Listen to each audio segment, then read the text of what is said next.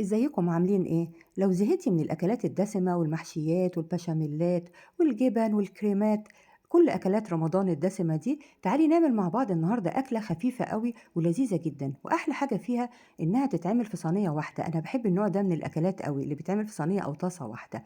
هنعمل صينية بسلة بالجزر بالفراخ ورز بلسان العصفور. التتبيلة بتاعتي بصل بودر وفلفل اسود وبابريكا وملح، كل حاجة نص معلقة صغيرة. قلبيهم على بعض وتبلي بيهم الفراخ من الناحيتين كده، وسيبي الفراخ في التتبيلة ولو نص ساعة. بعد كده هنجيب صينية اللي هنشتغل فيها وحطي فيها معلقة سمنة كبيرة، هي دي كل السمنة اللي هناخدها للوصفة دي. معلقة السمنة، والصينية تسخن قوي، وبعدين حطي الفراخ تاخد بس صدمة، مش هتستوي، تاخد صدمة ولون حلو كده. نقلبها الناحية التانية وبعدين هنطلعها. أخدت بقى الفراخ أهي اللون الحلو الذهبي أهو من الناحية دي، قلبتها على الناحية التانية وغطيتها وسبتها تتحمر من الناحية التانية. وعلى ما تتحمر نعمل الرز. في حلة على النار حطيت معلقة زيت ومعلقة سمنة، وحمرت نص كوباية لسان عصفور أخد لون دهبي فاتح، وبعدين ضفت له كوباية ونص رز مغسول ومتصفي، وقلبته بقى كويس كده لحد ما اتحمر 5 6 دقايق، يتغلب بالمادة الدهنية ويتحمر كويس. هنشوف الفراخ بقى ونرجع للرز تاني. لقيت الفراخ خلاص استوت من الناحيتين، هطلعها في طبق وهبدأ أكمل الوصفة بتاعتي. نص بصلاية مفرومة ناعم هنحطها بقى في الصينية، ومعاها معلقة صغيرة توم مفروم برضو هنحطه مكان الفراخ بعد ما طلعناها.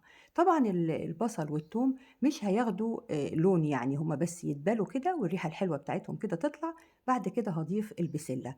البسلة بتاعتي متفرزنة مش مسلوقة، كيلو الا ربع تقريبا بسلة بالجزر. هحطه مع البصل واقلبه شويه، البسله 5 6 دقايق برضو كده تتطعم كده من البصل وتاخد تشويحه حلوه.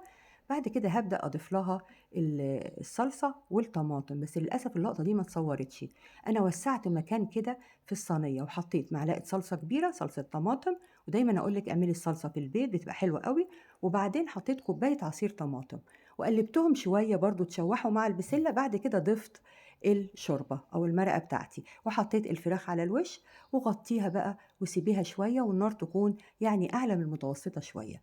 الرز اتحمر هنحط له الشوربة، والشوربة تكون سخنة، أي نوع مرقة عندك أو مرقة مكعبات.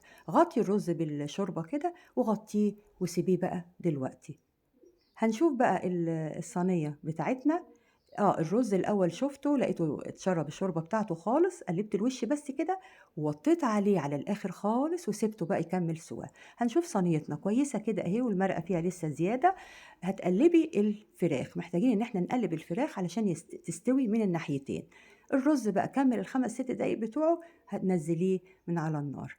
قلّبت بقى الفراخ كده وسِبتها برضه وهدّيت عليها بقى النار شوية لحد ما تستوي خالص وتشرب كل شوربتها بالشكل ده نزليها.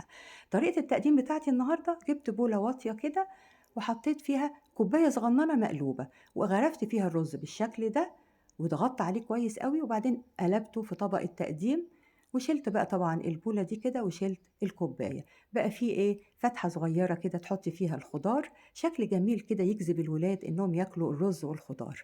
وحطيت بقى الفراخ، طريقة لذيذة للتقديم وأكلة سريعة جدًا ما أخدتش معانا يمكن نُص ساعة أو نُص و5، لإن الفراخ طبعًا ما بتاخدش وقت للسِوَى، في نفس الوقت طالعة زي ما تكون مستوية في الفرن، طالعة لذيذة أوي والخضار متطعّم كده بالفراخ، والاتنين أحلى من بعض وبألف هنا.